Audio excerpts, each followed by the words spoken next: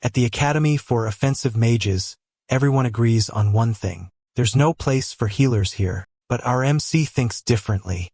Will is the best healer around, yet he still enrolls in this academy. Everyone expects him to fail miserably. One teacher even decides to prove it by setting up a mock battle. The moment the fight starts, the teacher uses earth magic to trap Will, but Will easily dodges every attack, boosting his speed with healing magic. The teacher almost catches him in an earth trap, but Will dodges again. Then he goes on the offensive. He closes the distance and strikes with his dagger. Of course, the attack doesn't work. The teacher covers himself in impenetrable earth armor, confident that a weak healer with no offensive magic can't touch him, but Will knows how to deal with it. In this world, most mages limit their power because their bodies can't handle their full strength. Pushing past that limit causes the body to break down. But if Will removes that limiter, he can unleash massive power at the cost of destroying his own body, and that's absolutely fine with him. He's a healer anyway. Will rushes forward with a supercharged fist. His arms shatter as he smashes straight through the teacher's earth armor. The teacher doesn't even have time to react. He's knocked out instantly. So why is a healer in this academy? Because last time everyone else was useless, and Will died because of it. Here's what happened back then. You would think that being good at a job would earn you the respect you deserve from your seniors. Right? Well, that's not the case with our boy. He literally gets stabbed by his superior for doing an exceptional job. Will is an ordinary young man with an extraordinary healing ability, a one-of-a-kind power that only he possesses in the entire world. He could literally heal even the ghastliest injuries like it was child's play. Lost your arm? No big deal. Bro can erect it back up from the stump within seconds. Currently, he is serving alongside the last remaining soldiers on the front lines who are fighting against a demonic army led by demon lords, the very forces responsible for ravaging the kingdom of Granbald. The soldiers are fighting tooth and nail, trying their absolute best to repel the demonic forces which have destroyed the rest of the world already. As for our boy, he has no battle experience, so he is tasked with healing the injured, essentially pulling them back from the verge of death. But let's be real. These mortals don't stand a chance against terrifying creatures that have emerged from the depths of hell itself. That's why the soldiers keep returning with missing limbs, and our boy continues to heal them diligently. Eventually, however, the soldiers grow weary of fighting over and over only to get injured again. They have accepted their cruel reality. They are cooked. They would rather die on the battlefield and get over this shit already. That's exactly the reason our boy was stabbed by his captain. The captain believes that Will doesn't understand the pain and horror the soldiers endure every time they are forced to return to the battlefield. Ultimately, the hopeless soldiers abandon the defensive line, allowing the giant monsters to begin ravaging the remnants of the kingdom. Will watches helplessly as everyone dies before his very eyes, watching his home fall apart. Gazing up at that massive dragon, he finally realizes the kind of horror those soldiers had been living through. It was in that moment that his greatest strength became his biggest regret. If only he had what it took to fight on the battlefield, he could have ensured the survival of the people around him. With a burning desire to defend his kingdom with his own two hands, Bro grabs a literal pebble from the ground and begins charging at the dragon. Of course, his ridiculous attempt to fight a mighty dragon with a mere stone results in his demise. However, predictably, he wakes up almost 5 years in the past right before he earned the title of the world's greatest healer, a title he later came to resent. Determined not to repeat his past regrets, he decides to enroll in an academy that specializes in offensive magic rather than healing. And his first pick for the institute is Schwartz Academy, a school dedicated solely to combat arts. In this world, the arts of healing and the art of using offensive magic can't coexist side by side, forcing the young mages to opt for one profession only. However, Will decides to break this unspoken rule and achieve what he failed in his past life. He plans to wield his past knowledge in an effort to nurture himself in a way that not only he knows how to heal, but also knows how to fight by himself. To get the ball rolling, he must enroll in one of the most prestigious academies this world has to offer, the Schwartz Academia. It's believed that this academy can nurture young talent into first-class offensive magic-wielding mages. Not to mention, the most talented battle mage of Will's past life was also a graduate of this academy. However, there is a problem. Will is a healing mage, so getting into Schwartz wouldn't be straightforward. Usually, nobles spend a fortune to have their dim-witted offspring enrolled in this academy, but our boy is currently broke. Even if he starts earning his bread and butter using his healing skills, he won't be able to save enough before the enrollment deadline arrives. As he ponders his predicament, his sister enters the room. Seeing her alive causes his eyes to well up with tears. Noticing his reaction, she assumes his stomach must be aching for him to tear up like that. He quickly wipes off the moisture and bluffs, claiming something just irritated his eye. Internally, however, he can barely contain the joy of seeing his sister alive. He vows to protect her this time from the catastrophe that consumed her life previously. And not just her, he's going to make sure to protect everyone he failed to save before. Suddenly, his mind sparks with an idea. He seems to have figured out his next step forward. But before we proceed, here is a little context about the Magic Academy Federation. It's an organization that oversees all magic academies residing in the kingdom, responsible for dishing out regulations and curriculum for all magical education. At this time, the chairman of the federation is also the principal of Schwartz Academy. But for some reason, the chairman has completely stopped paying attention to the federation. Soon, the reason became apparent. It was due to his sick granddaughter, Marie. By the way, this doting grandpa's name is Arnolam Goldgran, the chairman of the Magic Academy Federation and principal of Schwartz Academy. The old man promised his girl that he would find a capable healing magician who could set her free from her misery. However, in our boy's previous life, his granddaughter passed away because the chairman failed to find a capable magician in time. That's exactly why my guy sneaks right into the chairman's granddaughter's room. Conveniently enough, our boy doesn't even have to introduce himself to the chairman who is already present there. The old man already knows about the scholarship student who hails from Heilig. After all, Will is renowned throughout the kingdom for the exceptional talent he possesses in healing magic. This is exactly why the chairman finds it unfitting for someone of our boy's caliber to be sneaking around like a thief. Internally, Will admits he's right. Perhaps if it weren't for his past life experience, he wouldn't have dared to infiltrate someone's personal space. But then again, formalities are a luxury they can't afford right now. He had to get right in for only he can heal her.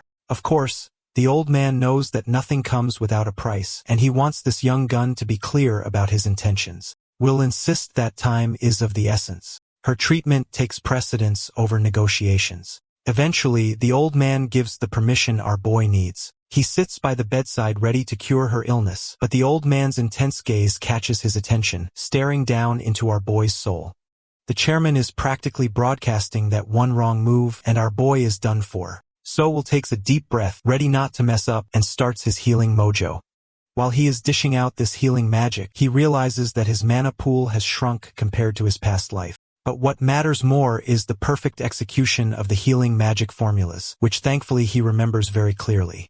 After a while, the granddaughter finally opens her eyes. The first thing she notices is the charming prince who rescued her from a life-or-death situation. She gets totally flustered and rolls over to the other side in embarrassment. Meanwhile, Grandpa is still in disbelief that his grandchild has actually returned from a comatose state. The girl affirms her return. She even claims that she hasn't felt this good in years. The doting grandpa's eyes mixed up with tears of joy. The worries that had been weighing him down for so long have finally been lifted, and it's all thanks to our boy. A short time later, both men settle down in the living room. After expressing due gratitude, the old man is willing to grant any wish our boy harbors. Will assures him that he won't be demanding anything absurd. His wish is well within the chairman's power. At this point, it's common knowledge that there is no one next to Will when it comes to healing magic. He sits at the pinnacle, having no more room for growth. That's exactly why he wants to explore a different skill set. He wants to enroll in Schwartz Academy. Of course, the old man finds this absurd. For someone to abandon their natural aptitude to explore something entirely unfamiliar sounds unusual, but since the old man had already made his promise, he's going to honor it. He shakes hands with the young man, promising to keep his end of the bargain. Somewhere in the academy, a seemingly toxic teacher is reviewing our boy's enrollment profile. He finds the chairman's actions to be quite bold, enrolling a healing mage who has zero offensive skills into a combat school. Eventually, the day of the entrance ceremony arrives, and the new entrants gather in the Academy's assembly hall. Up on the pedestal, the chairman is there to pitch and glaze his institute. Schwartz Academy is a fully residential school specializing in offensive magic with its own unique curriculum. Its vast campus houses multiple training grounds. And things only get better with the advanced research facilities and a massive library, making it stand out even more. Influential graduates are active even beyond the academy, making it possible to receive various forms of support from the kingdom. If I had to sum it up, there is no other institute that provides this kind of environment to study the intricacies of offensive magic. Let's not forget that our boy is just a mere healer enrolling in this academy, which has been unprecedented up until now. So it goes without saying that his path ahead will be paved with thorns. But my guy is ready to face whatever lies ahead, as long as he becomes the offensive mage he desires to be. However, reality is often far from expectation. The first class after the entrance ceremony takes place, and Will can be seen sweating bullets. He is supposed to hit a target with a fire magic spell. Somehow, he manages to activate a fire spell, but it fizzles out as soon as it appears. And it's not the first time this has happened. To make matters worse, his teacher is a total piece of trash who tries to bully our boy by using his weakness as leverage. Will can only attend the class if he successfully manages to hit the dummy. Until he manages to achieve this, he is forced to continue his practice in the training grounds on the other side of the school building. Will insists that his teacher at least show him the ropes or else he would never be able to learn it properly. Then again, it was clear from the start that this particular teacher has a hate boner for our boy. To him, wasting time teaching a healer isn't the best investment. Will begs him to at least allow him access to the library so that he can learn something from the theory.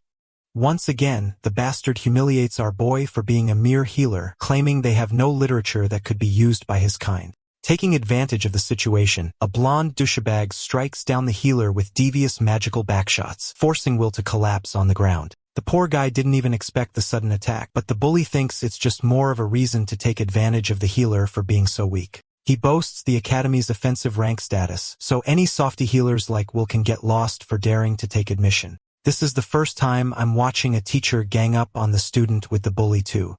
Both of them dog-walk Will as if he were the lowest trash in their eyes. That night, our boy appears exhausted by the bench. His efforts for learning offensive magic has so far ended in the gutter.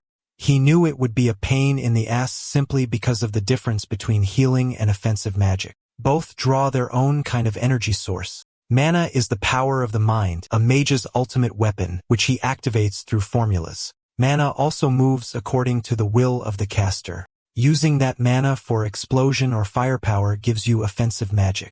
Healers, on the other hand, possess calm mana, but that's where the Schwartz Academy comes into play. They're the best at raising offensive mages, so there has to be a way for him to refine dynamic mana. Will strongly believes that he could manipulate his mana in a way that could convert static mana into dynamic mana. The biggest obstacle in his way. He can't even attend classes right now because the shitty teacher won't allow him. Will refuses to give up, hoping to encounter that one person who helped him in his previous life. Just because of her alone, his choice to have come to this academy may end up being worth the pain. Unfortunately, he can't continue blindly, so he thinks of other ways. But suddenly, a familiar voice confronts him for staying out late. When Will looks at this person's gorgeous appearance, he sees Veronica, an extremely competent warrior who fought alongside him. She was one of the highest class offensive mages he ever knew, and in the end, he had to grieve her loss in the tragic war. Luckily, she's alive in this regressed timeline. But before they could even talk, this woman whips out the same sword that can cut anything in half. This girl looks like a female Gojo with Sukuna's abilities. The fact that she's pointing her sword at him isn't exactly pleasant, but it turns out she's hunting down a suspicious student around campus, making her wonder if Will is that same troublesome student. Our boy quickly clarifies that he's absolutely not that guy because on the off chance she swings at him, he's gonna need another Ice Guy regression from Truck Kuin again. She believes him, bringing him calm, and he asks to confirm if she's really Veronica.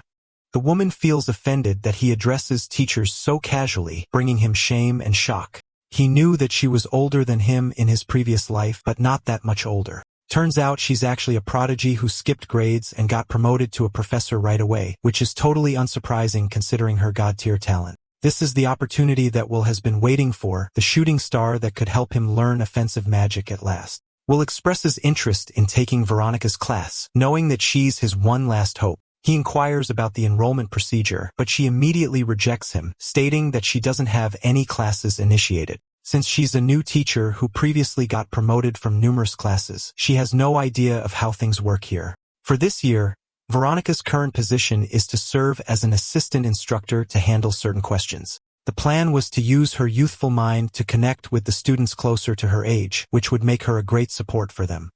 However, what bugs her is how no one dares to approach her for any kind of consultation. Well, our boy can exactly tell why. It's because this woman takes out her murder weapon at the slightest inconvenience. But from his point of view, this is just an excellent opportunity for him to exploit Veronica. He doesn't even have to take her classes and can simply use her to teach him privately. So he asks her a question knowing it's her job to answer.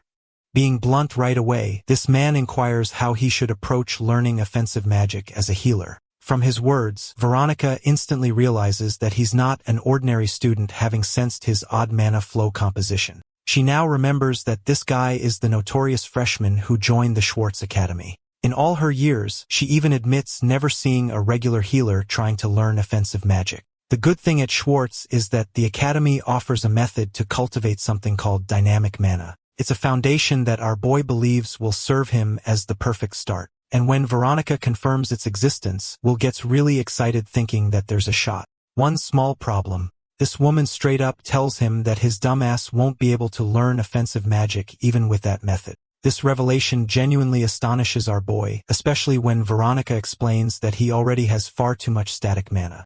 This means that even if he fosters dynamic mana from the ground up, most of it will convert and dissolve into static mana anyway. And if he tried to cultivate dynamic mana using some other method, the mixing of two mana qualities will make it impossible for him to use any kind of offensive magic. Reality looks bleak. Bro went ahead and changed academies only to realize that there is literally no way for a regular healer to learn offensive magic. Will is starting to regret not receiving an instruction manual when Truck Cun regressed his ass. Well, he doesn't want to give up even if it means becoming the Einstein of his generation to invent a new method. Thanking the assistant professor, he's about to leave when suddenly Veronica stops him to finish her point.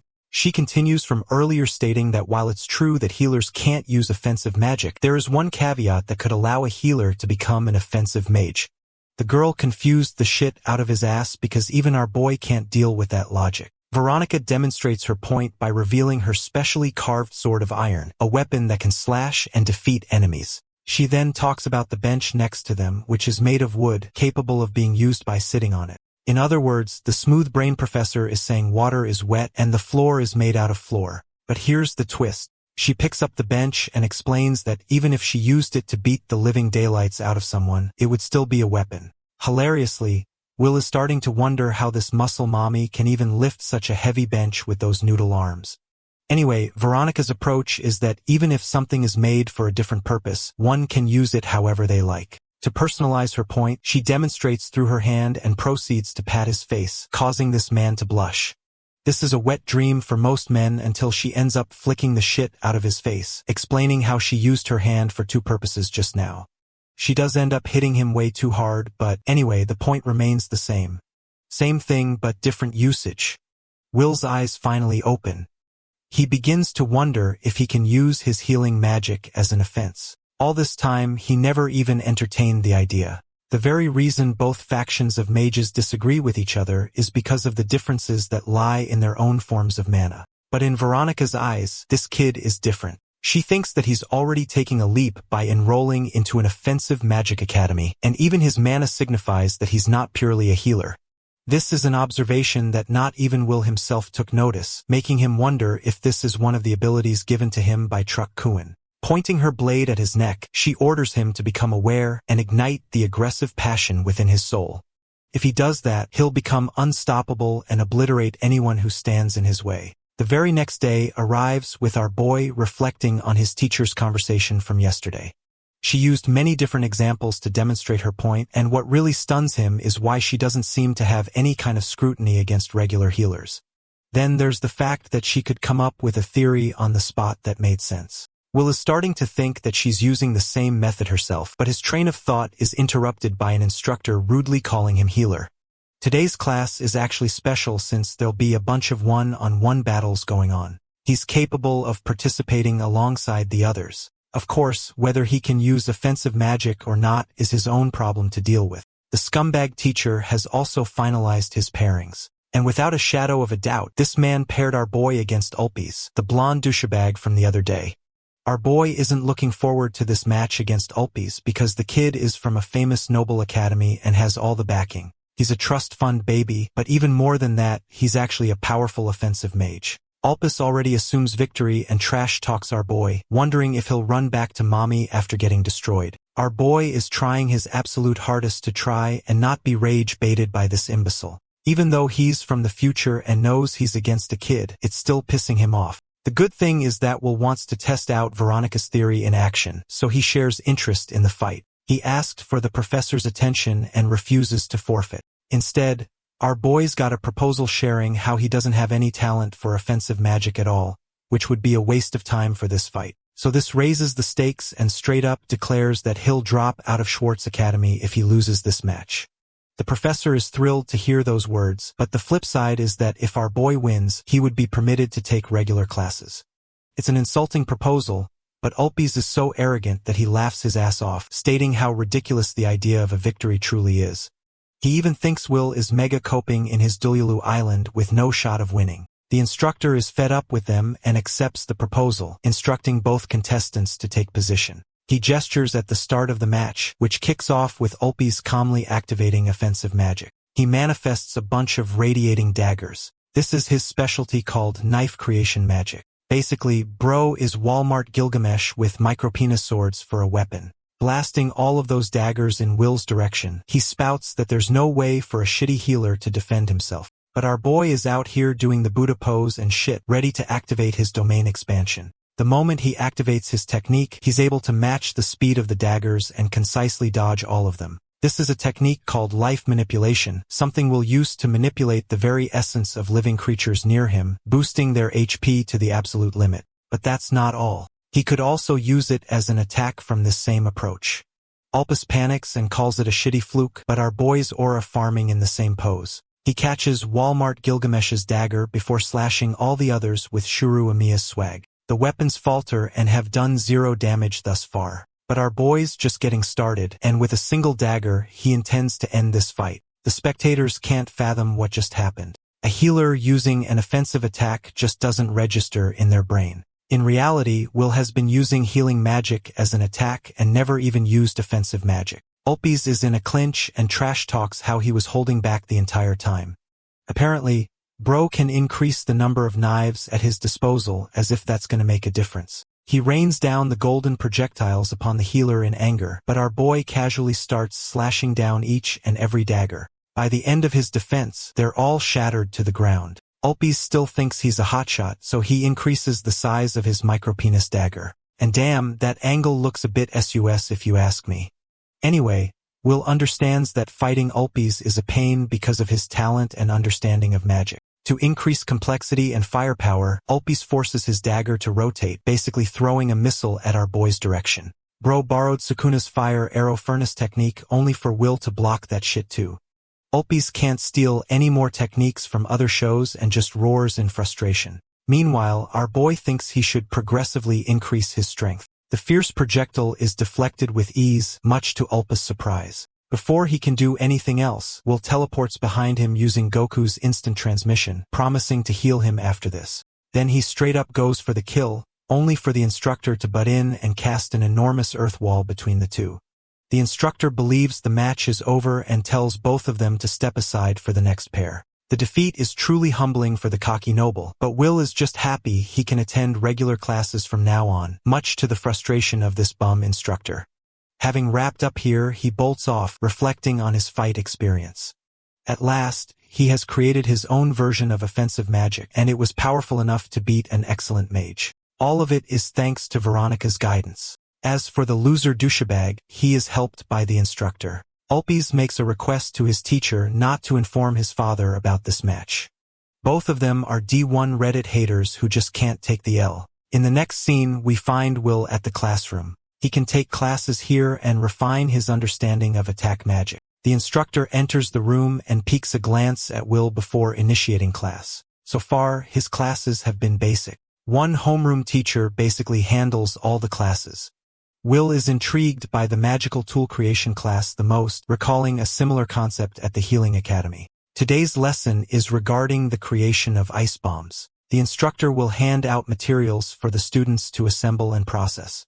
Will recalls that he never really made weapons in his previous life, only recovery items. But in the offensive academy, it's expected of him to forge weapons for combat. The mana used for this purpose will obviously be dynamic mana, but when it comes to creation, the nature of mana doesn't matter much at all. That's why Will won't have any trouble even with his surplus of static mana. And when he takes a look at the materials, he finds ice golem fragments and powdered flame branches. Following the instructions, he mixes the fragment, but suddenly experiences a rapid change. Will ends up tossing the ice fragment through body enhancement, causing that little fragment to detonate and explode, leaving behind spikes of ice. Our boy is pretty impressed, but his little stunt over here is peak disrespect for his class. The instructor scolds him and straight up says he'll deduct points from Will's grade. The rest of the bullies laugh, Ulpus especially, which signals that he's scheming with the teacher. Will's next class is right around the corner on magical creatures. He gets a cute salamander as the instructor emphasizes the low-tier students to listen closely. Our boy is a little uncomfortable with the close distance to a magical creature. This tiny murder machine blasts out a cannon of fire, causing Will to deflect. In reality, that's just something our boy imagined in his head, even drawing the instructor's attention, who takes away his trusty pot. Things are not looking good, and Will is starting to really get what's going on. The instructor is allowing him to partake in classes, but actually torturing him in every class. This means he won't be able to learn, so he has to do something about his situation again. Watching him from afar is a peculiar student who seems to understand the double standards at play here. The bullying continued without end. Will had to protect himself from not only the students, but also the instructor's ridiculous out-of-syllabus questions.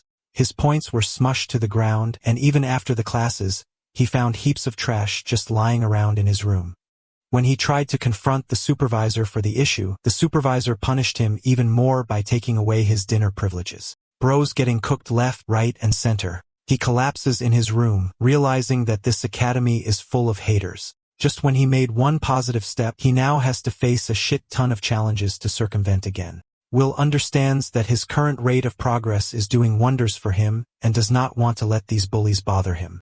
The best thing is that he fought one of them and actually won the fight, therefore, having absolute proof that he can become the attack mage he's always dreamed of. Focusing on the positive, Will recalls acquiring his textbook so he can now review homework and study properly. The following day arrives, and to his absolute shock, there's no teacher or any soul to be around. The instructor usually arrives at this time, but there's only one student near him. It's almost like the news of the sudden schedule change wasn't made public to certain students. Annoyed, Will gets up to strike a conversation with the girl. He walks up to her, startling her with his approach. Our boy just wants to know if the classes got changed overnight, and it's definitely something related to that. The instructor hates certain students, and she's on that list too, so both of them are cooked. She thinks it's a good idea for two bullied loners to get along, and Will can sense her dread. So he offers her a joyful hand, offering to be her friend. The girl is stunned and bows her head with absolute respect for him. She's introduced as Erica Glenn, the first friend Will has formed at the new academy. She thinks it's totally normal for him to not have anyone by his side, considering he joined classes late and he's a healer. Erica highlights that people always talk about how pathetically weak healers are, stunning Will. She herself isn't one to gloat about friends despite being an offensive mage. Watching her personality, Will understands that the fierce discrimination against healers seems to be a culture of Schwartz Academy. It's true that offensive mages fight on the front lines, so they have every reason to despise healers staying at the back. Even in his previous life, Will found himself being established as a famous healer for the kingdom. He had credibility back then, but here at the Attack Academy, things are different. Will is going to be swallowed by the Academy's discrimination if he doesn't fight against it. Erica inquires about his intention behind coming to the Offensive Academy. Arranging his thoughts, Will responds that he refuses to accept his reality as a born healer and intends to join the front lines. His reason shakes her, but Will clarifies that he's got his personal reasons backing him. As for Erica's intentions, apparently, she belongs to a small noble family in the countryside. With no sons born in her family, the parents thought their bloodline would end. Taking matters into her own hands, she thought becoming a powerful attack mage could help her become the head of the family by status alone. It's an understandable goal in Will's eyes, but Erica's problem is that she doesn't have a sliver of talent for magic. She also doesn't have friends and gets bullied in class too. Luckily, she's happy to have made a friend in our boy, calling him an underachiever who will comfort her even when her grades are low. Bro's getting destroyed everywhere, but she's just joking around. Anyway, he reminds her that Erica's expectations will be met very soon. Without explaining much else, Will takes her to a different classroom where the real class is being held. The two of them find their way to the real class, only for the predictable instructor to consider them late. Will apologies for not knowing about the sudden class change schedule, but this jackass has a stick up his ass and doesn't forgive them. To punish Will, he decides to whip him another question. This is bad news. Erica already knows that our boy hasn't taken most of the previous classes, which means he wouldn't know anything. Taking a look at the board, Will breaks down the problem in his head, while his teacher emphasizes that points will be deducted if he fails to score the correct answer. Ulpi's ridicules Will further, knowing that he's at the verge of failing.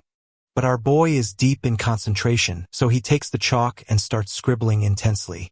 Every word catches the attention of the class. Even Ulpi's thinks this is just a show-off attempt. In truth, Will figures out the correct configuration, illuminating the magic circle on the board. He floored everyone's expectations, shutting the whole room down, including his shitty instructor. The teacher is forced to admit that it's the right answer, stunning Ulpis and even Erica. There's just no way the new kid managed to decode the answer even after missing all his classes. Right after that annoying class, Erica immediately wanted to know how he managed to solve that question. Will explains that it was actually pretty easy to solve as he learned it from the textbook. He'd already read the textbook, so he knew what to expect. What stuns her the most is that this man devoured the entire book in a single freaking night. Will only read it for the first time and ended up blitzing through the book, hailing it as one of the greatest books on offensive magic. There were fundamental and advanced applications mentioned. Everything was covered with intense detail. He could study all of it on his own, but without having some form of magical understanding, reading the text was a chore. The good thing about Will is that he was always good at theoretical studies, so he could manage without much discomfort. He learned all about offensive magic in a single night, reading it like it was a fictional novel. While he's amused, Erica is out here creeped out. The book he digested is the boogeyman of their academy, something that can't be translated without the teacher's guidance.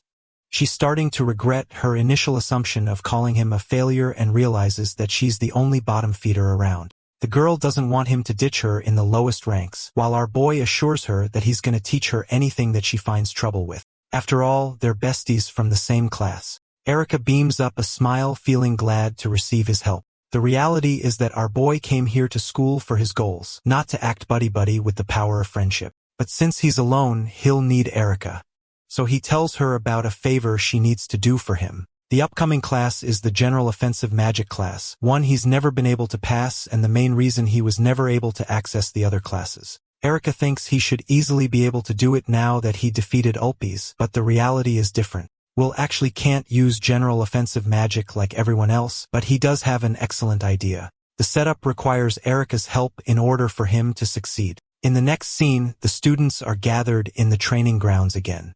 When it comes to offensive magic, there are two branches of general and unique magic. General magic refers to spells with properly formulated spells, making it easily accessible for everyone through formulas. Contrasting their general use case, unique magic comes engraved from within a user, such as Ulpis Special Knife Creation Magic. The Academy's curriculum includes classes for both kinds of offensive magic for students to refine.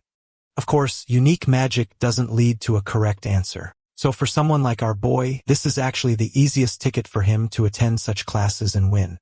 Unfortunately, he's stuck when it comes to learning general offensive magic, and his teacher knows this well. Taking full advantage of the healer, the instructor praises him for his theoretical skills and wonders how he'll do in the practicals. After all, Will is supposed to fail this class if he can't even use basic magic. The instructor emphasizes that the assignment is no different from all the previous attempts with the objective of firing a shot at the target. Once more, he degrades Will by calling it an extremely basic task, which means if he fails to do something so fundamental to the academy, he won't be able to graduate. Collecting his thoughts, the instructor recalls how the boy applied healing magic in offensive maneuvers and how healing magic improves the body's general stats.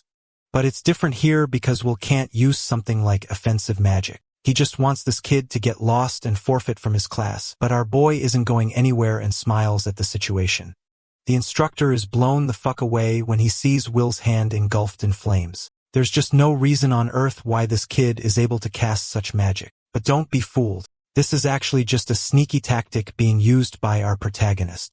His entire strategy hinges upon Erica creating the fireball using her version of the general offense magic. Then he deployed the fireball inside the tail of the salamander. Next, Will carefully uses auto-healing to fan the flames, hiding them within his hand. Basically, he's doing what Gojo Satoru does with his reversed curse technique to sustain Limitless. It's infinite healing. But even then, Erica doubted his approach, questioning what kind of man she was dealing with, not knowing he was the greatest healer of mankind at some point. Anyway, he stopped healing magic right after popping open his hand, making it seem like he manifested a fireball from the palm of his hands. Next comes the easy part. He just shoots it down the target, bringing it down with a bullseye. The instructor, bro, is trembling like a leaf. His student has humbled him yet again. The illusion is so good that he's totally convinced that Will cast a defensive magic. This earns an immediate passing grade, earning Erica's applause and total confusion from the spectators. Most of all, Ulpies is pissed. After class, he confronts the teacher for an answer. Neither of them has any idea what's going on. There's no logical way for Will to have learned general offense magic. Ulpis's ego is butthurt because of the loss he suffered, and now this healer is taking things too far. Bro is willing to go as far as complaining to his father to obliterate the class. Even the teacher is stunned by his forcefulness, while the proud noble walks away ordering the instructor to do whatever it takes to exterminate the healer from their class.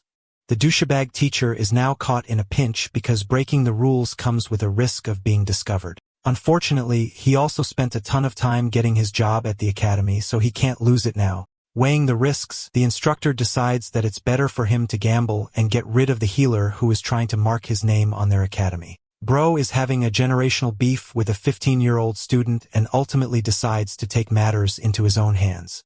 After classes in the training grounds, the instructor ends up summoning Will all alone. Bro threatens our boy, but Will takes it as a compliment, too dense to realize the situation he's in. The instructor shares that he wants to humble the kid's confidence, especially after he skipped many of the classes when he first came to the academy. It's not even our boy's fault because this dipshit teacher is the one who refused to let him take those classes to begin with. Will argues back saying he's already gone through the material from his friends and self-studying, so there's nothing to worry about. But this teacher is being tyrannical in his approach and simply doesn't care, believing this new lesson is necessary for Will. The content is decided by him as the instructor, so here they will be participating in a proper mock battle. It's pretty suspicious to Will that he's having to fight a teacher for no reason, and the instructor knows this is unfair, so he lets the boy off with a handicap. If Will can score even a single hit, he'll be considered the victor of this mini-exam. With this kind of leverage, the instructor expects the boy not to turn tail and take the fight seriously. Of course, this clown never even entertained the idea of losing. He's that confident in his abilities. As for our boy, he is lost in thought, piecing together the situation. The kid accepts the conditions of the duel, much to the appeal of the teacher. The fight begins immediately with the instructor using an earth spell from the ground. Luckily, Will has some knowledge of his teacher's fighting style. He knows this guy specializes in earth magic, so he dodges the first strike swiftly. But that same strike grows a dick and forces him to dodge again. Will is getting hammered by numerous hits, but he evades properly. The teacher mocks him for dodging non-stop. But Will's current problem is dealing with the annoying earth magic, which can be spammed non-stop. Then there's the fact that his attack has a crap ton of range, making it completely different from Alpice. At the same time, Bro's not finished yet and finds himself going Ultra Instinct on each hit. Will narrows the distance down and dashes towards his teacher, who ignites more of his earth magic, carving a wall open from each side before jamming it shut, making a sandwich out of the boy. This move seems like the ultimate downfall until the guy sees his student descending from the sky with a dagger in his hand. This is the only opportunity he has, so Will lands the dagger strike, smashing his teacher's head. Unfortunately, this man carved a durable armor, blocking the hit. The student forcibly avoids the instructor's next attack, creating distance again. This little snake calls his student pathetic and reveals his all-powerful ironclad armor.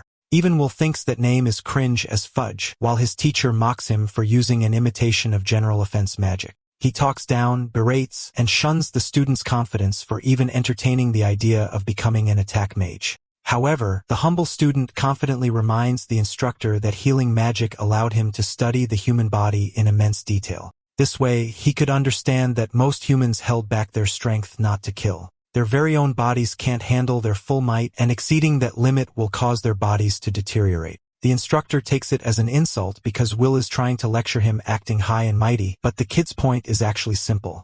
If someone can remove the limiter of the human body, they can draw out enormous power at the cost of rupturing their body. But the good thing for Will is that he's a healer, so he's about to pull an Izuku Midoriya. He's fine with his arms ending up getting shattered in the process. The boy's determination stuns the instructor as he calmly. Chad walks up to his teacher, who still thinks his cringe armor won't have any effect. Deku prepares his Texas smash.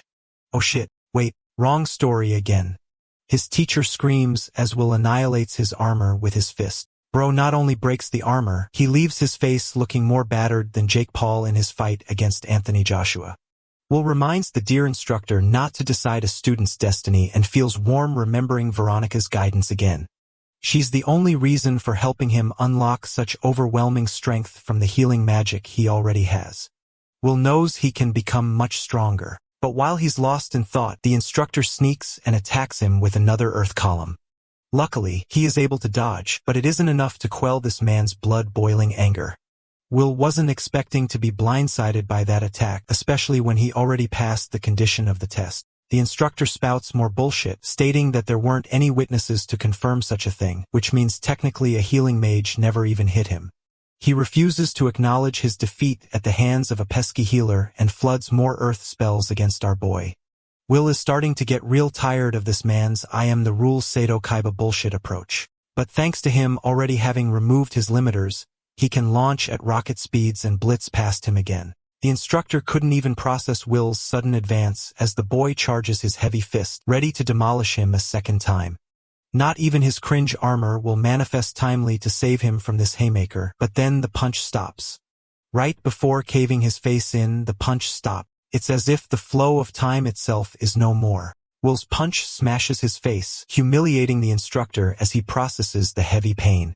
This shameful and slow-ass punch is worse than suffering the last attack. He can't even run away this time or scream to save his life. The scene is genuinely hilarious because this one punch is taking up like 50 panels. Finally, Will exerts actual force and sends this man flying, causing him to crash into the ground. All this time, the healer had been using another one of his healer tricks. He welcomes the instructor back to reality, explaining how only a moment passed in the real world. But don't worry, he's not like his teacher who doesn't explain shit and properly shares what went down.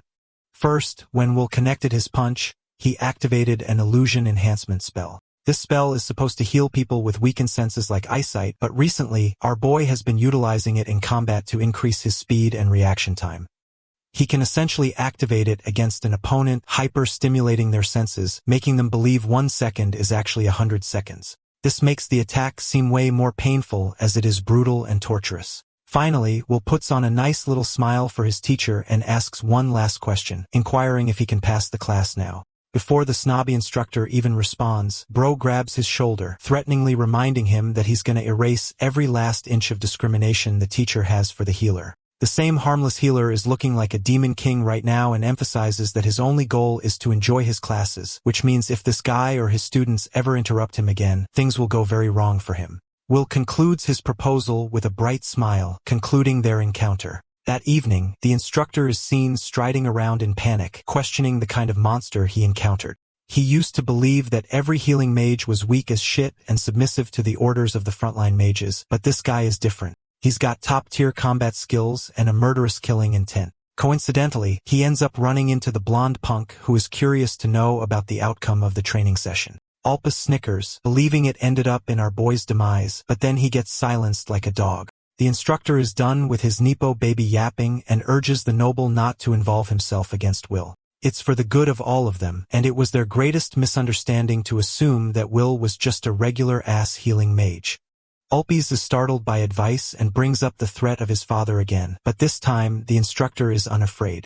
He basically tells the blonde punk to go complain to his daddy all he wants because in truth, if Ulpis had all of this influence, he could have easily eliminated the healer by now. The Omen family isn't walking around on Ulpi's commands, but it is absolutely certain that if they keep fiddling around with the new kid, he'll destroy them for good. Ulpis is left pissed off, unable to believe that the situation has degraded in this direction. After that phenomenal beatdown, a few days passed. Class has just ended. Will is chilling because he can just sense the blonde noble being cautious around him now. He doesn't pull any tricky moves anymore or make any comments. This way, our boy can finally focus on his classes, yet he's unsatisfied with his current state of things. Right now, his ultimate objective is to overturn the reality of humanity's destruction in the future. The only way to avoid a dark fate like that is to become stronger. Sure, his healing magic is helping him with body enhancement, but he's boxed himself with just basic strength attacks right now. Sensory enhancement is good for illusions too, but it's nothing compared to the versatile fighting style of offensive magic. Will understands that he needs to carve up a completely new fighting style to catch up. He explains this exact thought process to assistant Professor Veronica, seeking her guidance again.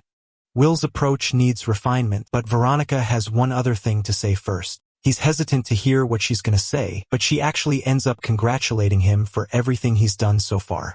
Thanks to his contributions, the teachers have been talking about the healer nonstop. A healer mage is keeping up with the top classes of the academy, and it's nothing to scoff at. Well, some other teachers are also looking hateful of his progress, which checks out. Interestingly, Veronica hasn't really revealed to anyone that she's the reason behind his progress. She also never had the chance to mention it among the teachers because the others just disregard her for being special even at their ranks. Our boy is relieved because this way he won't deal with any trouble. It was her advice that got him this far, and he wouldn't want her to get in trouble because of it. The professor doesn't mind and admits that, actually, she's grateful to him. Like she said before, healing mages never even try to bring their theories to reality. She pulls out her sword again. Strangely, she likes doing that a lot and challenges our boy to a duel. Will clearly didn't anticipate this move coming from Veronica, but she's genuinely curious to see where he stands at his level. It's the surest way to help him become stronger, but our boy's just not ready at all and panics like hell. The swordswoman emphasizes that the enemy won't wait and blitzes from her spot. She thunderously appears right in front of him to slash him down, something Will is able to deflect at the very last second. He can barely hold his weapon together against her heavy attacks, and she continues to overwhelm him with a flurry of slashes. Despite expending all of his boosts and reaction speed, he can't even keep up with her. The thing about Veronica is that she's more than fast. This woman is lightning incarnate. Her sword elegantly moves from one swing to another, which means in a battle of endurance, it's Will who will be the first to break. Enduring the heavy hits, Will understands that he's only got one shot to impress her with his limit-breaking speed. This way, he'll catch her off guard. Instilling his energy into his heel, our boy crackles ahead with thunderous ferocity of his own. The professor didn't expect this maneuver just like he predicted. And right when the blade is about to stab her face, she reacts point blank and counters the attack by literally slashing his weapon apart. The fight's over, and even with Will's best effort, he is no match for the elite warrior's skill. Veronica asserts her enthusiasm. She didn't believe he could pull a fast one on her like that. What she used back there was a magic sword to counter him. All this time, she figured he was a healing mage who could use offensive maneuvers, but this is different. The boy's current fighting skills rank near the top of the leaderboard, but Will doesn't find satisfaction in his progress like always. She seconds his ambition and determination to get stronger and understands that enhancement isn't his final goal. Will admits that he's trying to remove the limiter of his body, but that won't be enough as proven today in their fight. The professor makes another analogy stating that a sword's purpose is beyond casual swinging. It can thrust and be thrown, and healing magic must have applications like that too. Unfortunately, Will has been brainstorming similar ideas but can't come up with anything. The gorgeous swordswoman explains that his shortcoming is actual combat experience. He lacks the intuition to formulate what it means to fight. In Veronica's view, experience trumps knowledge when applied correctly. Even in their present battle, Will noticed a little something that she used. Figuring out her advice, Will asks if he should conduct more mock battles against the professor. Veronica likes the approach but recommends that he partake in a monster subjugation training mission. The boy is bewildered. At last, he'll have an up-close experience of a life-and-death combat situation. He actually partook in the same competition across the three academies of Schwartz, Heilig, and Zilbern. All three academies boast offensive, defensive, and swordsman styles. Their students are supposed to execute subjugation requests. At Heilig Academy, the boy didn't participate in the mission itself, but this time, he has the opportunity to take out nightmarish monsters and gain experience against the destruction to come. Will steels his resolve for his first ever subjugation mission. Veronica watches him with interest, reminding him of the participation conditions. The boy must prove his ability in the selection exam, and there's a rumor of a prodigy going about among the first years. Will's new goal is to score the top position among the selection process against his classmates. He asks about the details of the selection exam.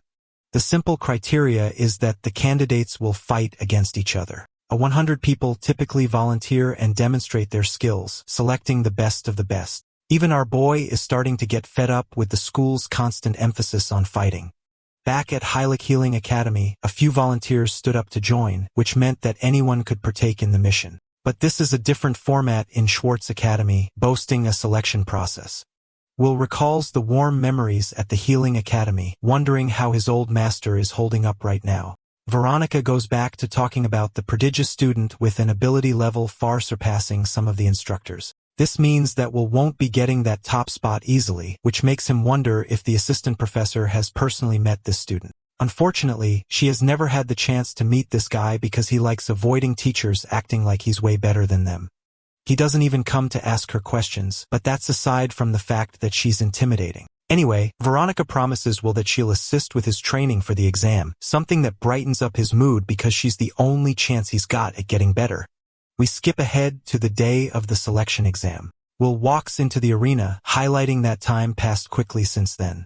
He feels more confident than ever, having finished all his preparations. As he's mingling around, a certain voice calls out his name. It's the chairman of the Magic Academy Alliance, Arnalim. The principal is happy to report that his grandchild has been receiving steady recovery ever since he healed her. The chairman even apologizes for not looking after the boy even after he saved his grandchild's life. Will explains that while he did struggle at the academy's challenges at first, he's completely blended in now without any trouble. In fact, he's even determined to score first place at the selection exam, a noble goal that impresses the chairman. Interrupting their conversation comes the party pooper, an instructor who smashes Will's words by calling them a joke. He thinks this pipsqueak is underestimating his class heavily. And by the way, Bode is also the field training supervisor for the event. Interestingly, Will has met this dude in his previous life. Bode was called the Violet Lightning, known for his incredible hero class results in the Great War. Unfortunately, these two never got along well, and even now it's happening the same. The brooding macho mage intimidates the healer by emphasizing how the world is full of fighting geniuses. Training is just a pebble in comparison. He openly shit-talks Will to his face, declaring that the kid's got no chance of winning as a healer. The boy doesn't respond, while the chairman recommends they settle their argument during the exam, not before it. The instructor nags that he's just educating the brat and highlights that the real victor of this exam is going to be Sirius from his class. This young man is straight up a character copy-pasted from Genshin Impact. Sirius Bluenote is the prodigy everyone hails with high expectations and also the same man that our boy is destined to confront for first place in the selection exam. The competition is fierce, and the chairman is excited to see them just staring the other down. Without wasting time, the candidates enter the contestant arena surrounded by a cheering crowd, looking for an epic match. Will and Erica are in the second row at the front with the healer expressing his shock to see her participation. Unfortunately, she's got to participate or else she'll lose her allowance privileges at the academy.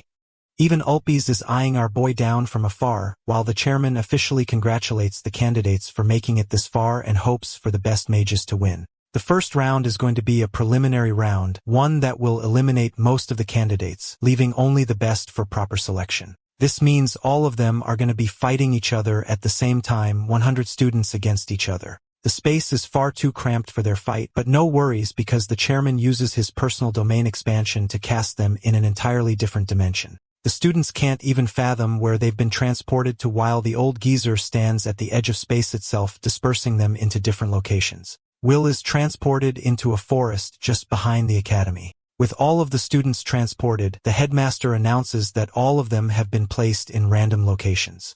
The goal is to cooperate wisely and avoid overwhelming opponents. All starting positions are luck-based. Will is out here glazing at the chairman's incredible teleportation skill because this old fart just teleported them at the same time. Thus commences the start of the field training exam.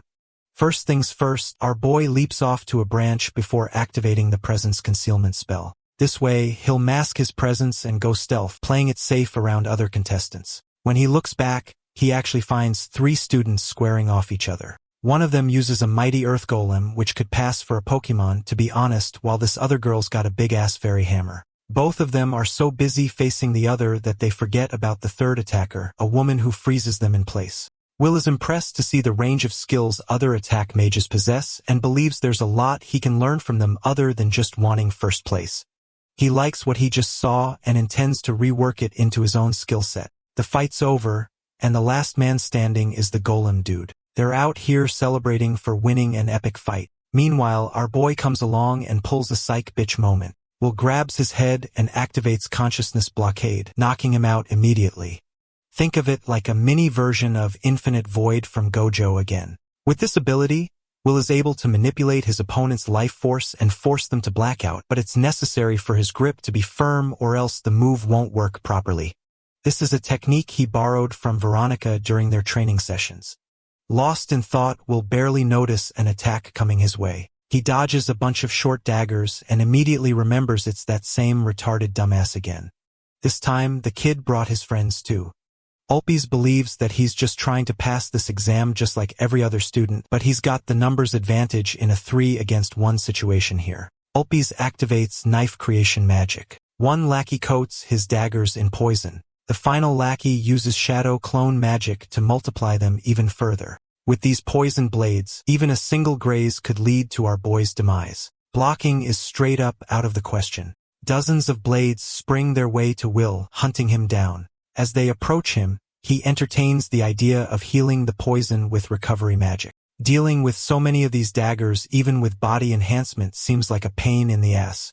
Cornered, he decides to pull a completely new move. A sudden barricade arrives in front of him, defending Will from the knives. Ulpis is astonished as he watches the same rock golem now serving a new master. The neat trick about recovery magic is that it can be deployed on other living creatures. The rock golem here is capable of moving on its own using the caster's blood. Even though it's incapable of complex patterns, the healer can easily manipulate it using his spell called Pseudo-Life Imbuement. The golem charges at the Skindiana Bones trio. First, our bad boy whacks one dude's chest, then he sits on top of another guy, probably giving him permanent back pain. With the two of them finished, Ulpis is seen panicking. He's dead meat because our boy blitzes him like Minato Namikaze, grabbing his face and tapping him out to sleep.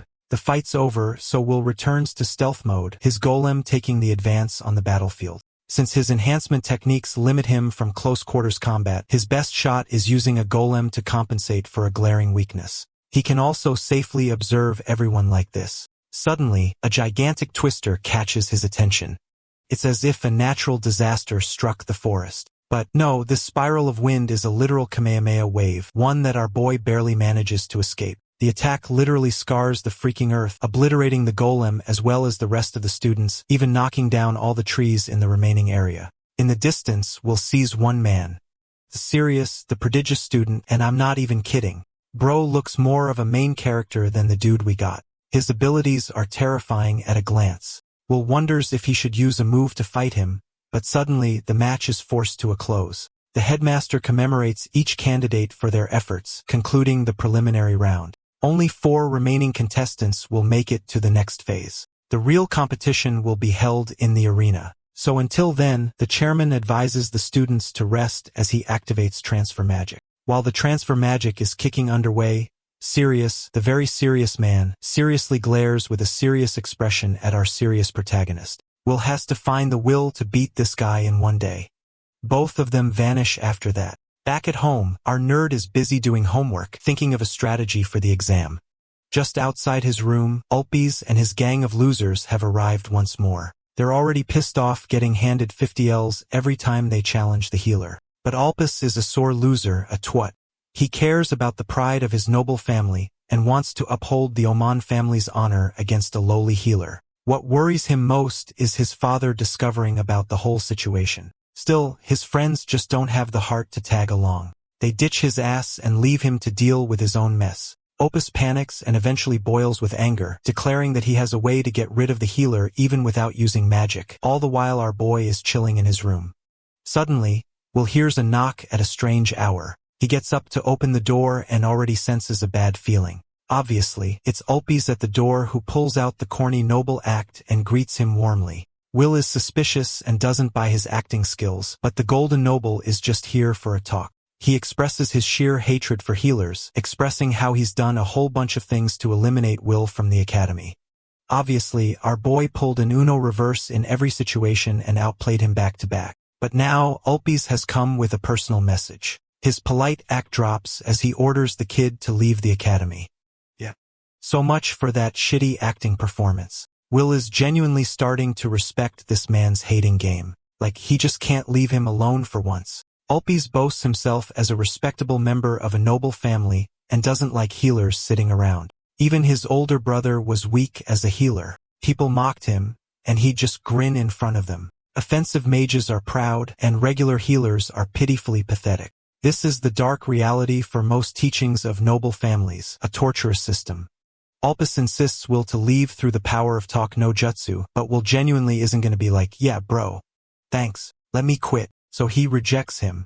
The noble comes prepared for that and emphasizes that he knows about Will's family. Thanks to his servants and connections in the outside world, the noble discovered that Will has a sister. Both of them share a lovely bond together. With a single order, his servants could easily take out the boy's sister if he wanted. Now the scene is getting way more intense. Will's regular aloof demeanor drops and goes straight for this guy's neck before bitch slapping him into the ground. Next, he goes up from behind, pulling his arm in a position where it could easily shatter apart. Will reminds the dear noble that he already made up his mind. And despite Ulpis's whining like a dog, his arm goes crack, leaving him a whimpering mess.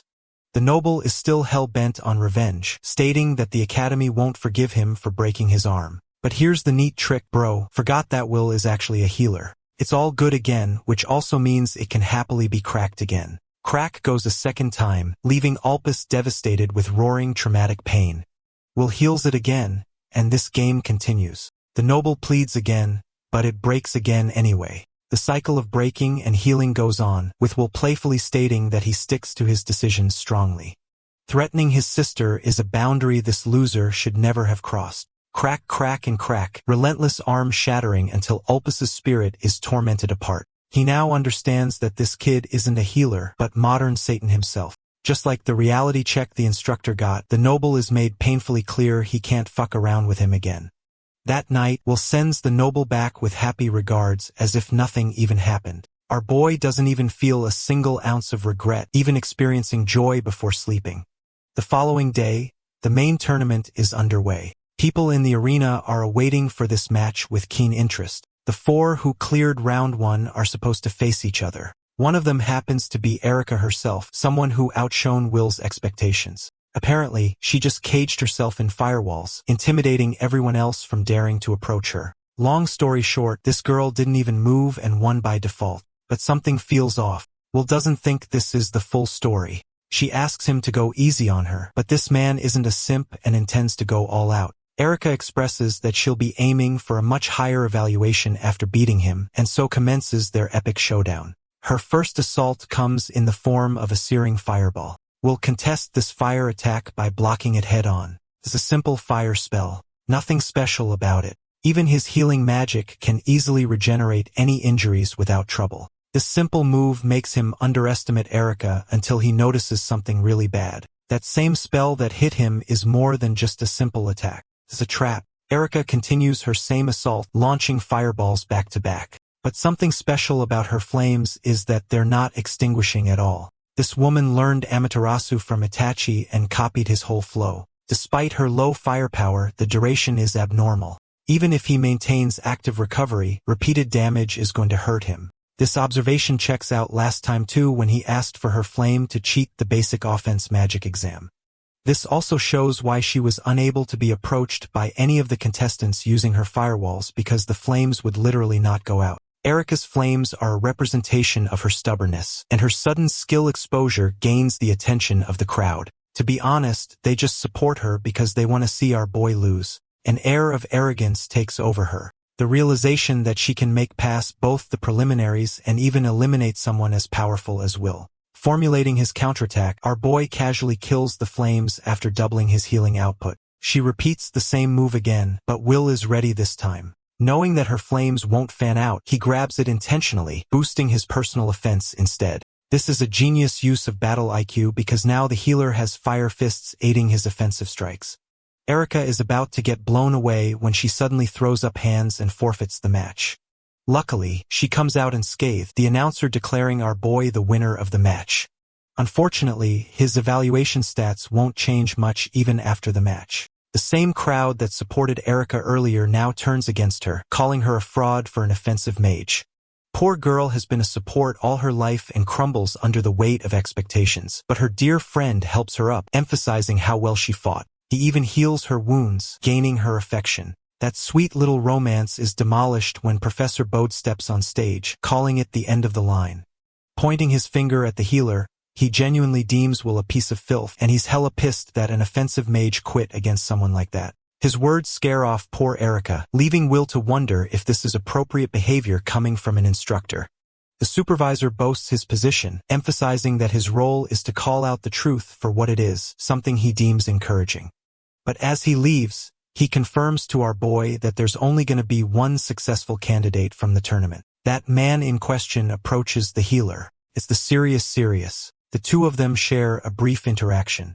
Sirius doesn't even bother to look at him while talking. He is a sole believer in strength and agrees with Instructor Bode's view of the world. The healer's okay with that, except the prodigy does have one last thing to admit. He genuinely acknowledges the healer for being strong, but at the same time, Sirius intends to prove his own philosophy correct by defeating him in their match.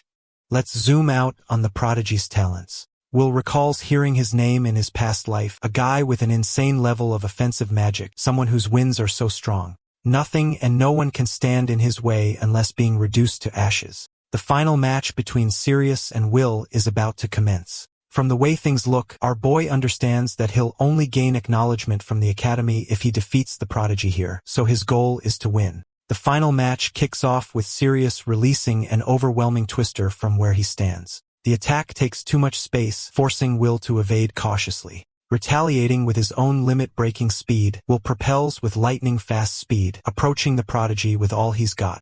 But before he can narrow the distance, Sirius dispels an all-out wind attack, keeping him far away. This is a problem for the healer. He can't make a serious blow without getting close. The two forces of nature continue their showdown. Sirius and Will face each other while Sirius notices his speed. He raises his hand to attack and throws a burst of intense wind directed at his opponent. Our boy realizes that the tornado from before was nothing like this wind, which manages to blow away the entire area. He struggles to stay on his feet, but it's now time to make its debut. He puts his hand on the ground and begins to grow a humongous tree, while Erica in the crowd is amazed by the ability of the healing magic, knowing he is strengthened. A while ago, our boy showed this skill to Professor Veronica and explained that he infused life energy into the plant, which helped it grow rapidly. He had learned beforehand about attack magic that could manipulate plants and decided to give it a try with this skill. He wanted to adapt his tactics accordingly. Suddenly, he begins to fall to the ground, and Professor Veronica holds him upright. He is surprised by the sudden mana exhaustion since the book didn't clarify that it could be such a major technique. Veronica cracks the code, explaining that destroying is easier than healing because healing consumes far more mana than attack magic, and reproducing attack magic using healing magic is probably a most inefficient use of mana. Knowing the consequences of this skill, he plans to keep it for moments when it can be properly utilized. Coming back to the present, our guy uses this skill on the battlefield since his attack magic doesn't have much efficiency, so he decides to rely on this move. When the tree finishes growing, Sirius manages to cut it down with a wind blade attack. This throws our guy off since Sirius magic consists of tornadoes that can swallow enemies and storms that can blow away a wide area. His wind blades are meant for solid objects, while the tornado deals with anyone who approaches him by centering around him. Will realizes that Sirius is called the top candidate for a reason, but he has also aimed to make himself stronger using this magic and leaps in Sirius' direction. Instantly, the opponent forms a tornado around himself and belittles him, saying that he cannot reach him no matter what he does. And surely he wasn't wrong. As soon as our boy hits the tornado, he is thrown away. Sirius smiles, but suddenly he realizes something is very wrong. He looks at his shoulder and sees that it is pierced by a piece of wood. Confusion is clear on his face as he demands an explanation. Will confidently reveals his tactic. He knew that Sirius couldn't protect the ground beneath him, so the plant underground sent its roots in every direction, and that's how he ended up with a stabbed shoulder. The protagonist wonders if he is worried about Professor Bode, as their personalities are wildly different from one another, while Sirius groans in pain. Sirius clarifies that the teacher instructs him because he is strong. Our boy throws more questions at him, knowing he is from a well-known family. Sirius spills the truth about his family. Magic ability matters above all else. The strongest person becomes the family head. No other factor like gender or age matters. This has created enemies within the family, all fighting for power, and his own father refuses to teach him. For Sirius, listening to the teacher is the only way for him to truly gain power and strength. Then he gathers all his magic energy once again, which surprises the entire crowd, including our protagonist. A dragon is formed from the magic power, and Sirius declares that they will settle this now. The dragon aims at our guy, making him realize this is no child's play. A while ago, Will used to think that mages with offensive magic had it easier, which made him want to grind harder, but the entire time he was wrong. It struck him that talent isn't the only thing that determines superiority. Things like lineage, talent, and the past all play their part. All of this leads him to declare to Sirius that he wants to beat him in this fight. Sirius is baffled by the sudden announcement. Will throws his hand to the ground, preparing to use his special seed, and begins to grow a tree once again named Yggdrasil. The plant rapidly grows, consuming far more mana than the other plants. However, the upside is that it will continue to grow as long as our guy keeps pouring mana into it. Sirius attacks with a wind blade, which manages to cut the tree in half again, sending it flying into the sky. But when he looks up, the single branch that was flying has grown into a massive tree, and it is coming straight toward him. Meanwhile, Will assumes that because Sirius magic is already being used to maintain the wind dragon, he won't have enough time to defend himself. The assumption turns out to be true, and the tree crashes down on Sirius. As he looks up, he sees Will standing with a knife pointed toward him. Contemplating, he realizes that he has lost. Will is announced as the winner. The crowd cheers since they didn't expect Sirius to lose, and they talk about the strength the protagonist possesses. Then the hero offers his hand to help Sirius get back on his feet, praising his strength, but Sirius sounds defeated. Our boy tries to reassure him, admitting it was a good match. Suddenly, Professor Bode walks in, clearly disappointed in Sirius. With his strength, he kicks the tree off him and picks him up by the waist. He takes him away, furious that Sirius has failed him, declaring that his training will be started once again from scratch. The entire crowd falls silent, knowing how absolutely jarring this sounds. Bode turns to the crowd screaming that this was meant for everyone. Infuriated, he can't bring himself to believe that a literal healer took first place. Will realizes that Bode's tantrum is getting out of hand.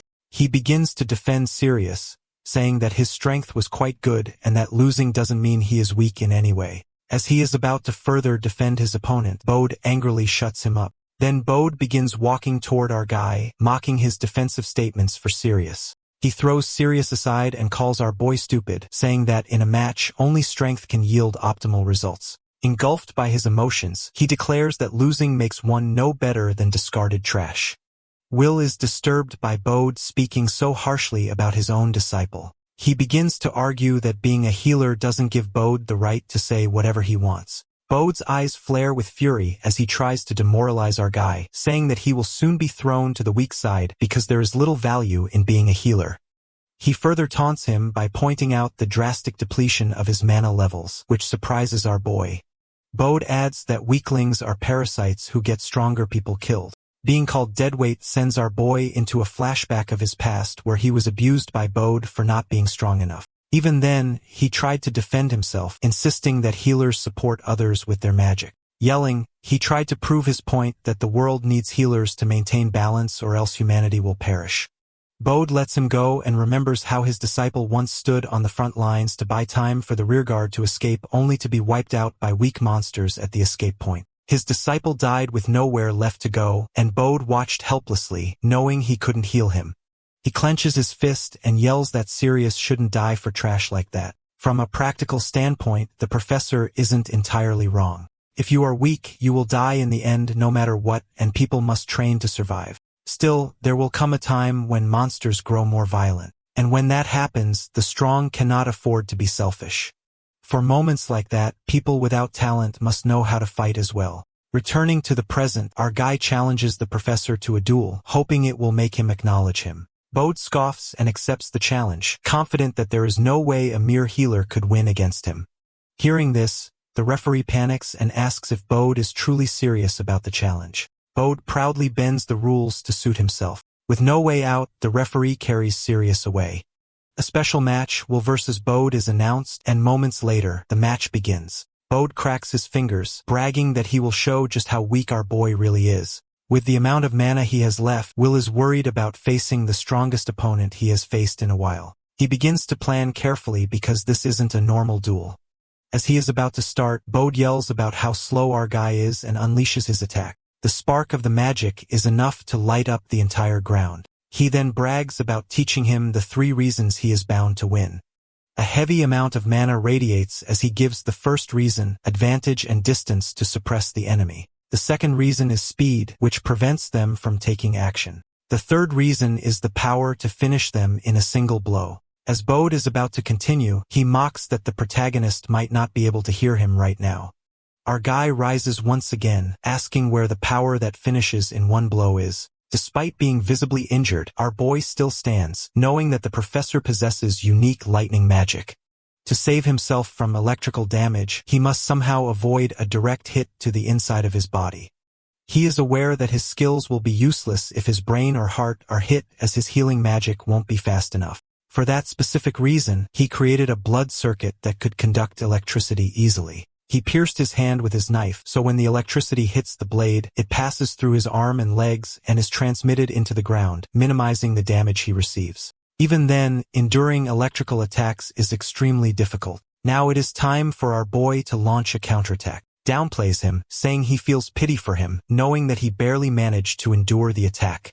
Will then begins to enhance his body physically through magic, but suddenly realizes that he cannot pour strength into his body. Bode reveals that his violet lightning paralyzes its victim, making them unable to move. Will realizes that he might be in serious trouble and raises his hand again as another attack comes toward him. Egotistically, Bode wants to continue using the remaining mana. He has to see how many hits the protagonist can endure.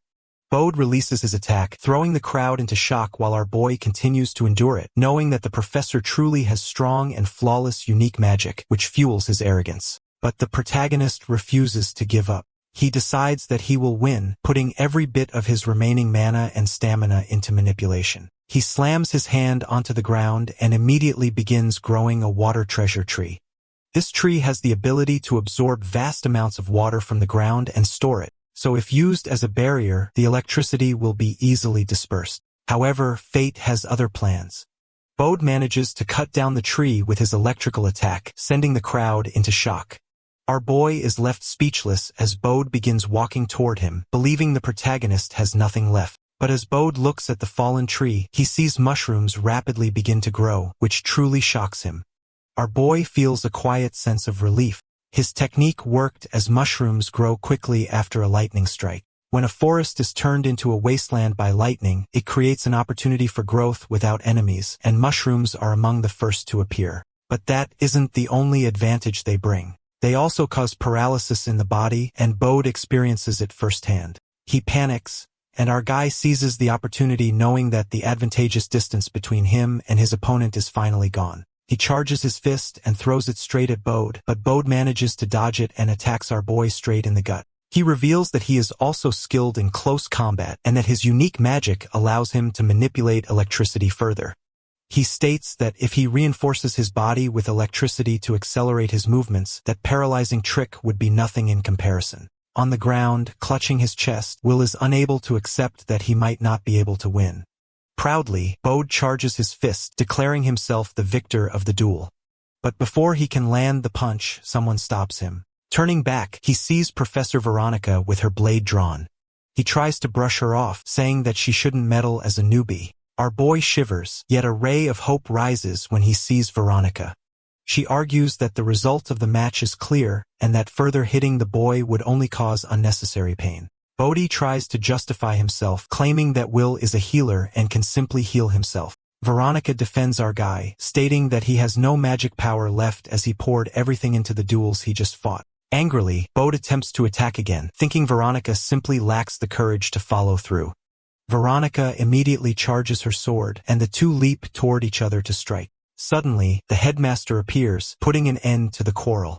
He stands between them, preventing Bodhi from advancing, and apologizes to Veronica for not explaining the situation earlier. He announces the end of the selection exam and orders everyone to leave the premises. As the students begin to disperse, our guy tries to heal himself but fails, having completely run out of mana. Veronica lifts Will into her arms, assuring him that he performed well. She urges him to rest and not push his limits, but these assurances aren't enough for him. The next day, he walks through the school thinking about the difference in power. It still baffles him how humanity could have ceased to exist even with such strong people around, and so he resolves to gain more and more strength. Will enters the room, and the headmaster is delighted to see him, noticing that his injuries have healed considerably. Our boy explains that once his mana returned, the healing was nearly instant. The headmaster assumes that Will have no trouble with field training, which surprises the protagonist. He then continues, explaining that since Will took first place in the selection, he passed. Along with him, Sirius and Erica have also passed. Will demands an explanation as Bodhi previously stated that everyone had failed. The headmaster explains that this happens every year to make the students believe they are in a crisis, drawing out their seriousness, though some are ultimately cleared. Since field training carries great danger, Bodhi had to put on an act as a teacher, and while harsh, it served its purpose. In his previous life, Bodhi was constantly on the front lines for humanity and was one of the heroes who tried to save humanity from extinction. The headmaster then urges protagonists to form a party with students from other schools as an attacker so he can accept real monster subjugation requests. This makes Will realize that this will be the first time he faces monsters, the same monsters that were the direct cause of humanity's extinction in his past life. Creatures that possess magical power are known as monsters, but not all monsters are inherently threatening to humanity. Some may attack humans, but often only for the sake of their own survival. If their ecological behavior had been properly studied, they could have been utilized as neighboring species rather than treated as enemies. However, 2 years from now, the world is destined to change under the influence of the Red Moon. Monsters exposed to the Red Moon will become ferocious, and different species of super monsters will begin to unite with a single goal: to wipe out humanity entirely. Then 2 years after that catastrophe, the Demon King himself will descend upon the world. This sequence of events will place humanity at a complete disadvantage, causing nations to collapse and countless people to perish. Attack mages will be demanded on the battlefield. But because the situation will be uncontrollable, they will continue to lose their lives alongside the knights. Even healing mages will be slaughtered once the front lines fall, leaving no support for the wounded. By the time the protagonist dies in his previous life, barely any humans remain who are capable of fighting. If people continue living without changing anything, humanity will no longer be able to survive. He cannot allow such a tragedy to happen again. He vows to strengthen himself beyond anyone in his previous life so that he can resist the great monster invasion. More than that, he wants to uncover the true cause behind the Red Moon that drove the monsters into madness, hoping to eliminate the source of the calamity itself. The headmaster notices the determination reflected in his eyes and is deeply impressed. He finds Will's behavior promising and wonders whether the teachers are being cautious enough regarding the upcoming field training. The headmaster assures him that proper measures are in place, yet he makes it clear that he especially wants to encourage Will's growth. Later, while standing outside the campus with Veronica, Bodhi approaches the protagonist. As Will attempts to show that he understands the reason behind Bodhi's behavior, Bodhi once again yells at him and walks away.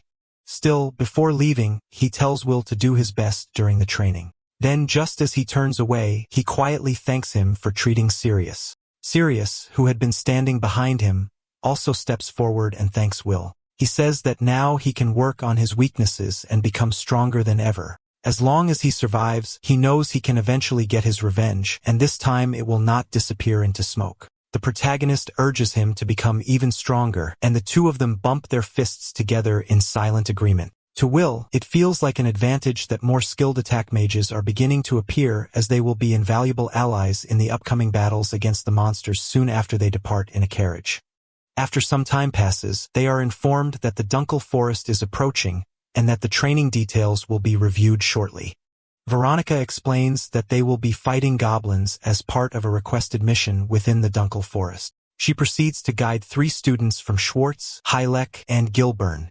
Then she turns to Will, informing him that he will be forming a 4-person party supported by a teacher from one of the academies. Erica asks whether the party members have already been decided, and Veronica reassures her that she will be in the same party as her. Even though Erica finds Veronica intimidating, she still considers it far better than being paired with a complete stranger. After some time, they are informed that they have arrived. As they step out of the carriage, Veronica notices that the students from Gilburn have already reached the area. The protagonist reflects that in his previous life, he did not have many acquaintances or connections. Suddenly, a girl rushes up to Will and hugs him tightly, exclaiming that she has been dying to meet him. The protagonist panics, completely confused about who she might be. She quickly introduces herself as Marie Goldgrand, the principal of Schwartz Academia and the granddaughter of Elnaram Goldgrand. The hero is left utterly stunned by her introduction, as he vividly remembers her from his past life. He never expected to meet the girl he had once treated at the principal's house, especially not here in the forest. Seeing her again makes him wonder how she's been doing, and she quickly reassures him that she has been doing just fine. Almost immediately, she begins apologizing, saying that she was never able to properly thank him back then.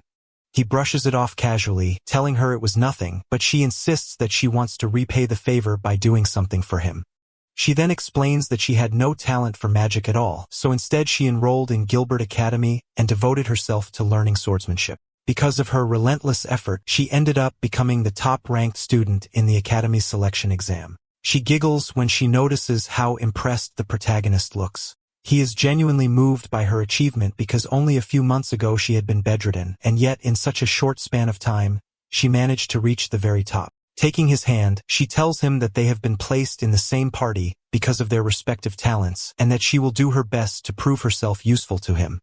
At that moment, he finally realizes what the principal truly meant when he spoke about taking care of her. Before he can dwell on it any longer, she suddenly drags him along to greet the students who have just arrived from Heilek.